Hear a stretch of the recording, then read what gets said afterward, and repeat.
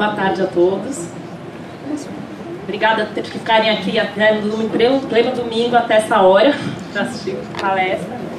Bom, eu acho que a minha palestra vai acabar complementando um pouco a palestra da Giane, né? Porque eu acho que cada vez é mais importante, com essa energia ariana toda que a gente tem, a gente olhar cada vez mais para a gente e para tudo que faz parte de nós mesmos, né? A gente já vem com esse Saturno em Libra aí pedindo uma revisão, uma estruturação das relações, e agora com toda essa energia ariana que a gente tem, eu acho que tá cada vez, né, todo mundo cada vez mais querendo as coisas do seu jeito e muitas vezes sem nem saber que jeito é esse. Então eu acho que cada vez mais, para a gente se relacionar bem, a gente tem que se conhecer completamente com tudo que faz parte da gente. Né? Então a gente, vou falar mais detalhadamente sobre isso, mas eu acho que a grande proposta aqui é a gente pensar que tudo que a gente faz 100%. Então eu estou aqui nesse momento dando essa palestra, tudo que faz parte de mim está aqui. Né? E quando a gente se relaciona, principalmente toda a nossa bagagem faz parte. Então quando eu vou me relacionar, não é só o amor que eu tenho pela pessoa que eu estou levando, não é só a atração, enfim, tem outras coisas que fazem parte de mim e que precisam estar bem claras na hora de me relacionar. Bom, eu costumo começar tudo que eu falo sempre lembrando a nós astrólogos que quando a gente está com um cliente na nossa frente, a gente está com uma pessoa e não com um mapa. Né? A gente tem uma tendência a sempre ir para o mecânico, analisar os mapas, o mapa, os planetas, os aspectos, e às vezes a gente acaba esquecendo que tem uma pessoa ali na frente. Né? E que essa pessoa tá ali querendo ser tratada como alguém especial, tá querendo melhorar a vida dela, tá querendo ser feliz, enfim, né? Resolver os problemas que ela tem. E lembrar também que qualquer análise astrológica sempre vai partir do mapa natal, porque essa também é uma tendência da gente como astrólogo. A gente vai, na hora de fazer uma combinação de relacionamento, muitas vezes a gente quer ir direto para as técnicas de sinastria e acaba esquecendo de olhar o mapa natal da pessoa como um todo e pensar que qualquer combinação tem que ter isso bem forte. Né? E lembrar que a gente é todo esse mapa e que a gente vai se relacionar com tudo que faz parte dele. Uma coisa também, antes de começar qualquer análise de relacionamento, eu acho que a gente tem que saber de que tipo de relação que a gente está falando. Né? Se a gente está vivendo uma relação ali de casa 5 ou casa 7, porque a gente às vezes coloca tudo no pacote, né? Fala, o meu jeito de relacionar tá lá na casa 7. Mas se fossem relações iguais, a gente não teria as duas em casas diferentes no mapa. Né? Então a gente tem que saber qual é o tipo de relação que a gente vai avaliar. Também tem a questão das expectativas da realidade aí, né? Então no nosso mapa natal a gente consegue ver o quanto que a gente cria de expectativa em relação a tudo, e esse tudo inclui o relacionamento, né? Então, por exemplo, uma pessoa que tem um Netuno muito forte no mapa, principalmente envolvido em assuntos de relacionamento, então casa 5, casa 7, Vênus, Marte, enfim, são pessoas que vão criar muita expectativa. Então às vezes já no mapa natal a gente consegue ver essa propensão, até pelo contexto todo do mapa, se essas expectativas em geral são satisfeitas ou se essas expectativas tendem a ser frustradas. Né? Eu acho, até fazendo um parênteses para voltar um pouco para o momento, né? A gente tem uma mania de sempre acusar o outro por tudo que não dá certo na nossa vida, e nos relacionamentos é onde a gente mais faz isso. Né? Então a gente geralmente fala assim, não deu certo porque o outro falava que era tal coisa, mas depois ele se mostrou de uma maneira diferente. Só que muitas vezes, praticamente, né, sempre, a gente que enxergou o outro de um jeito que não era real. Né? São as nossas projeções, as nossas expectativas que inventaram um parceiro, que inventaram uma parceira ali, e que aí com o conviver, com o passar do tempo, a gente vê a pessoa como é, cai a máscara, e aí a gente fala, o outro era de tal jeito, e de repente mudou, né? Virou um monstro. Né? A gente que provavelmente estava enxergando o príncipe, que depois virou o sapo. Né? E o nosso mapa, então, vai dar pistas, não só dessa questão da expectativa, mas do que a gente busca numa relação e que tipo de parceiros que a gente tende a atrair. Bom, e aí o mapa vai ser, então, o nosso grande nosso manual aí, né, o nosso caminho para tentar entender um pouco melhor como são esses nossos relacionamentos. E aí, antes da gente ir para qualquer técnica de combinação de mapas, né, como eu falei, eu acho que a gente tem que começar pelo mapa natal. E antes de ir no mapa natal, eu ir para as questões de relacionamento. Então, antes de uma avaliação das casas 5 e 7, de Marte e Vênus, de Lua, coisas ligadas a relacionamento, eu entendo que a gente tem que começar fazendo uma interpretação, uma avaliação ali de como é a pessoa. Quem é essa pessoa que vai se relacionar? Né? Então, eu acho que é importante a gente ver a pessoa como um todo, incluindo todos os planetas, todos os aspectos, todas as casas, mesmo aquilo que, num primeiro momento, não tenha nada a ver com o relacionamento afetivo. Né? Então, é esse potencial, quem é essa pessoa e o próprio potencial de relacionamento. Então, como a pessoa é ao se relacionar? Né? É alguém que tem uma tendência aos relacionamentos fluírem bem, correrem tranquilamente, alguém que tem sorte para relacionamento, é alguém que tende a ter mais desafios, mais dificuldades, né? Então tudo isso também volta até um pouco àquela questão da expectativa, de que se é uma pessoa que tende a se frustrar mais nas relações, né? E tudo isso a gente consegue ver no mapa natal. Aqui é onde geralmente a gente quer ir direto quando o assunto é relacionamento, né? Então eu quero saber se é uma relação mais baseada em atração, se é uma relação que tem pontos mais ligados à durabilidade, possibilidade de durar, né? As pessoas costumam falar da possibilidade de dar certo, como se dar certo fosse viveram felizes para sempre, né? E eu costumo dizer que as relações podem dar certo por um tempo. Uma relação, às vezes, que teve um mês de duração, um ano, um período, ela deu certo enquanto ela durou, né? Então, essa questão da durabilidade, para mim, também é um pouco... Acho que a gente tem que ver com um pouco de cuidado, até para a gente não acreditar nessas relações que ficam como Saturno em Libra tá lembrando, né? Por convenção. Então, às vezes, é uma relação que deu certo a vida toda, mas deu certo a vida toda porque tinha a ver com a essência ou porque aquilo era cômodo, era confortável, né? Então, acho que isso também é para a gente pensar. E aí são questões que também o mapa natal tem que vir antes, né? Então, como é a sexualidade da pessoa, como que a pessoa, o que ela precisa, o que ela tem de necessidades naquele sentido, combina com o mapa do parceiro, da parceira, mas sempre trazendo para o mapa natal também. Bom, aqui começa uma sequência de assuntos que eu acho que são importantes num relacionamento e que a gente não dá bola num primeiro momento, né? E aí eu até gostei bastante que a Giane falou a questão dos valores essenciais, né? Porque aqui, para mim, valores e dinheiro, eu coloquei aí basicamente pensando no eixo 28 do mapa. E a casa 2, a gente geralmente já vai de cara e fala assim, a casa do dinheiro. Mas é a casa dos valores, né? O dinheiro, ele é a ponta do iceberg. Então, como eu lido com o meu dinheiro, como eu lido com os assuntos materiais, é uma consequência dos valores que eu tenho. E não tem como uma relação ter uma continuidade, dar certo por muito tempo, se os valores forem muito diferentes. Então eu acho que, principalmente agora, nesse contexto que a gente está, né, eu acho que a gente tem que se perguntar mesmo a questão dos valores essenciais.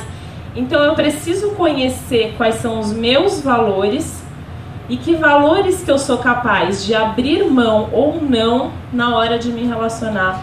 Porque algumas coisas a gente obviamente vai ter que ceder, porque senão não existe relação. Mas eu não posso abrir mão de tudo.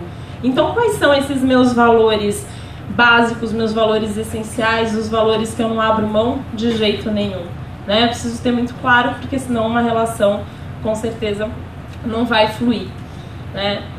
E aí entra a questão do dinheiro também. Então, como cada um administra seu dinheiro, como que cada um lida com o dinheiro do outro, e que são questões, né? Até vou falar um pouco sobre isso mais pro fim da palestra, mas que no próprio mapa natal a gente já tem pistas. Então, como que é a minha relação de casal 2 com casal 8, por exemplo? Porque os valores do outro, os bens do outro, o dinheiro do outro, estão lá no meu mapa. Na minha casa 8 eu consigo fazer essa avaliação. Então, dá pra gente ter muitas pistas sobre como isso vai funcionar já no mapa natal da pessoa.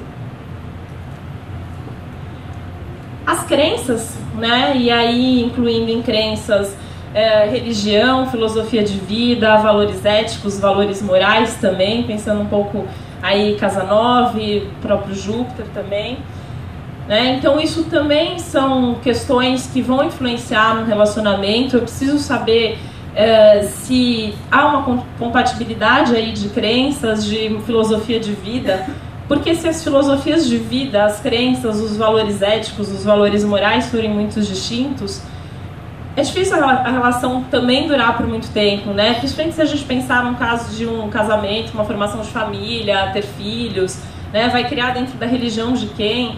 E também são coisas que o mapa natal também dá pista até da flexibilidade que a gente tem ou não em relação a isso, né? Os próprios valores éticos, então alguém tem ali um é mais ético, outro não é, então consigo conviver com isso, não consigo. Só o meu mapa natal que vai dizer se eu consigo conviver com alguém que tem uma crença, um valor muito diferente do meu. E a comunicação, aí, né, também, que eu acabei colocando junto, pensando no eixo 3-9, mas que sem diálogo não tem entendimento, né? Então eu preciso saber como funciona a comunicação, e no mapa natal também a gente tem muitas pistas sobre isso. Então eu acho que é fundamental para avaliar um relacionamento, para saber como a pessoa se relaciona, conhecer bem o Mercúrio, por exemplo, da pessoa, né? Então assim, será que eu tenho facilidade de me comunicar? Será que eu tenho facilidade de falar o que eu sinto, o que eu penso? Né? Porque se a gente tiver alguém que de repente não se comunica muito bem, a pessoa já tem dificuldade de se comunicar com qualquer pessoa, aí vai se relacionar com alguém e vai falar assim, pô, mas o outro não me entende, mas será que você está sabendo se explicar? Né? Ou o outro não faz o que eu quero, mas será que você fala o que você quer? Né? Então a gente tem que saber se a gente tem ou não facilidade de comunicação antes de culpar o outro, né? Se está entendendo, se não está entendendo também. Família, né? A nossa família que está na casa 4 no mapa, é a base do mapa, é o chão onde a gente pisa ali no mapa, que para mim também é uma das questões mais importantes de ser avaliada, porque a família com certeza molda a nossa forma de ser, a nossa forma de se relacionar, né? A gente se relaciona, antes de tudo, com os nossos pais, com a nossa família, e esse tipo de relacionamento que a gente tem com os pais vai influenciar os nossos relacionamentos futuros. Eu acho que a própria relação que existe entre os pais também vai mudar a nossa forma de se relacionar, e eu acho que a gente tem que compreender isso e até aceitar isso muito bem, até para saber o que a gente quer ou não repetir em termos de padrão. Eu costumo ver muito até a relação de Sol e Lua no mapa, que tem a ver com a relação dos pais e como isso vai influenciar nos relacionamentos. E mais que isso também, em termos de família, eu acho que a gente tem que avaliar como que é a relação da pessoa com a família e o quanto essa família interfere positivo ou negativamente nas relações. Pistas que também o nosso mapa natal dá. Eu gosto de trabalhar bastante com as regências, com casas derivadas. Eu acho que dá pra gente ver isso legal. Por exemplo, alguém que tem uma tensão entre o regente da casa 4 e o regente da casa 7, com certeza a gente já tem uma indicação aí de que o parceiro não vai se dar bem com a mãe, não vai se dar bem com a família, ou que a família vai ter uma interferência negativa aí.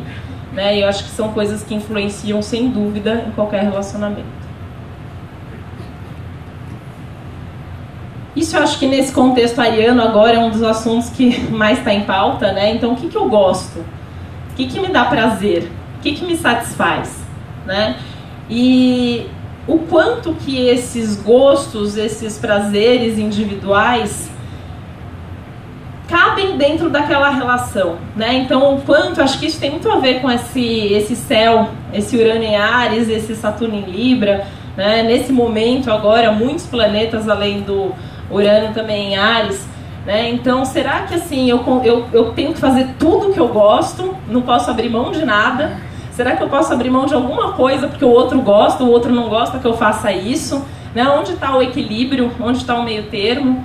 né? E aí eu acho que a própria personalidade da pessoa vai dizer se é alguém capaz de abrir mão, porque se a pessoa já é super ariana, num céu como esse, a pessoa não vai querer abrir mão de muita coisa, né? Então isso cabe ou não no relacionamento, como que eu consigo administrar isso? E tentar encontrar os prazeres comuns, né? Porque acho que também o Saturno em Libra lá do outro lado também está chamando a gente para calma, né? Você tem que ser mais individual mesmo, você tem que se conhecer mais, você tem que fazer mais coisas do seu jeito, mas com respeito ao outro, a parceria, então encontrar um meio termo aí. Os amigos, né, acho que entra um pouco até no que eu já falei agora, então o quanto que as amizades são importantes para a pessoa, o quanto que a pessoa é capaz de abrir mão dos amigos, né, assim, eu tenho uma amiga que todo ano ela comemora o aniversário dela com as amigas e ela proíbe a participação do namorado, todos os anos eles brigam no aniversário dela por causa disso, né, ela tem Sol e mais 4 planetas na casa 11, então ela acha que comemorações importantes servem só com os amigos, o namorado tá fora. Né? Então é uma questão que ela vai ter isso com qualquer namorado, ela pode mudar de namorado, qualquer namorado vai reclamar disso, né? Então é uma questão que está lá no mapa natal. E hoje em dia um assunto que eu acho muito importante é a questão dos filhos, porque hoje em dia a gente vive relações em que em muitos casamentos, em muitos namoros, os filhos não são do pai e da mãe que estão casados ali, né? Então a gente também no mapa natal tem pistas, eu acho que a gente pode trabalhar aí também com regências, com planetas na 5 e na 11, a casa 11 são os filhos do outro, então como eu tendo a me dar com os filhos do meu parceiro, e que também é um assunto de suma importância aí. Aí a gente chega num momento onde eu acho que é a parte mais importante para ser olhada no mapa, na hora da gente se relacionar, que é a casa 6. Né, astrologicamente, aí é a casa 6, que eu coloquei a rotina, mas a casa 6 ela é muito mais do que só a rotina. Falei lá atrás a diferença de casa 5 e casa 7, namoro e casamento, né? E quem liga a casa 5 com casa 7 é justamente a casa 6. Então eu me apaixono, eu começo a namorar, eu me envolvo com alguém, é tudo super divertido, é super lindo, maravilhoso.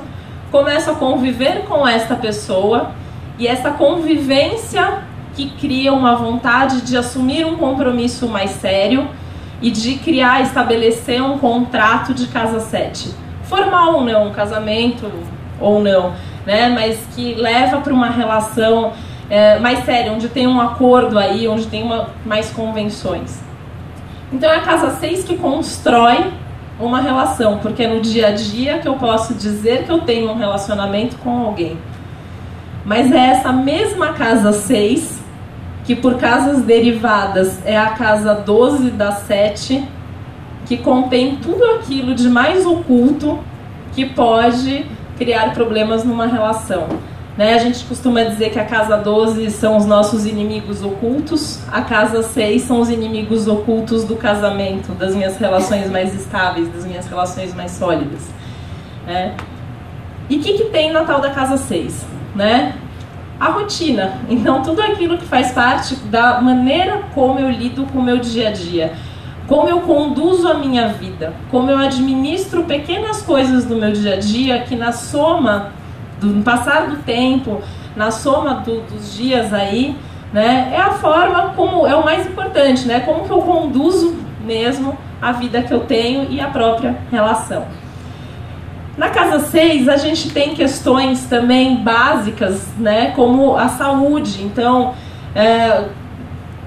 eu tenho uma propensão aí a ter uma saúde mais frágil, preciso de ajuda de repente com alguma questão de saúde, né? Higiene, eu já dei esse exemplo, até dei esse exemplo lá na Gaia. Eu tive um casal de clientes que ele tinha uns 4 planetas em Virgem na casa 6, e eu fiz a sinastria dele com a mulher e ele falou que era um problema sério porque ela não tomava banho todo dia, que eles tinham vários problemas com isso, que na hora de fazer sexo era um problema sério, né? E eles acabaram separando por uma série de coisas, mas até hoje essa é uma das coisas que ele mais reclama dela. Né? Então é um problema de casa 6, porque ele amava ela não era limpinha.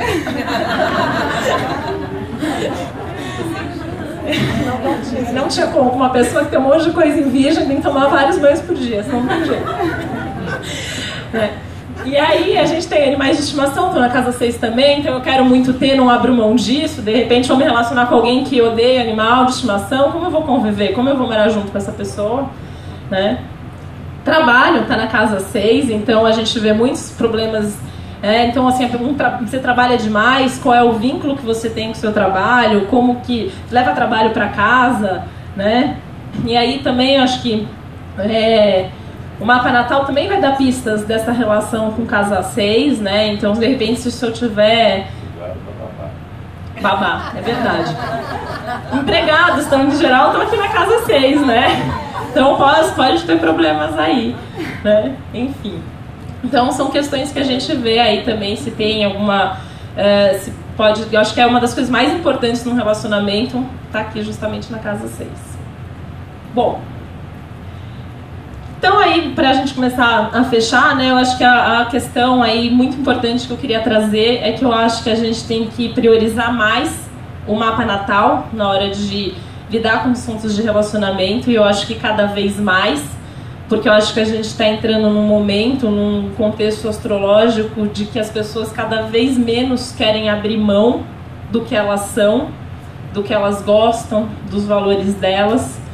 E eu acho que quanto mais a gente se conhecer e entender o que é isso que eu não abro mão, por que é isso, né? E mais do que isso, principalmente, que a gente entender que o que a gente atrai está no nosso mapa, né? Eu estava lembrando muito, fiquei pensando muito no que a Mônica falou ontem, do nada, né? A pessoa fez tal coisa comigo, a gente que atrai tudo que acontece na nossa vida, o mapa é nosso, né? Então o nosso parceiro foi a gente que atraiu, está lá no mapa. Como a gente atrai as situações de emprego, chefe, o que for. Por isso que a gente muda de parceiro e o problema é o mesmo. Enquanto a gente não muda o padrão de acordo com o nosso mapa, a gente vai atrair pessoas iguais. Né? A gente vê, em alguns casos, a coisa é tão forte que a gente vê alguém que sempre tem namorados que fisicamente são muito parecidos. Né? Então, é o nosso mapa que está funcionando, não é o mapa do outro. Então eu acho que a combinação ela tem que vir num segundo momento. Eu acho que ela é super importante também, porque a individualização da relação, a dinâmica da relação, mas tem uma importância aí do mapa natal.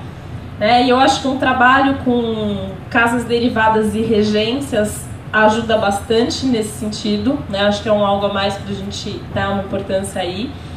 Porque, como eu falei lá atrás, se a gente tem um regente da casa 7 com um regente da casa 10 em tensão, eu posso esperar ter um parceiro que crie problemas com o meu trabalho ou com alguma questão ligada aos assuntos objetivos de vida, por exemplo.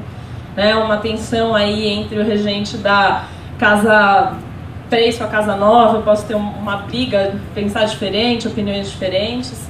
Então eu acho que a gente pode fazer um trabalho mais aprofundado de relacionamento baseado no próprio mapa natal.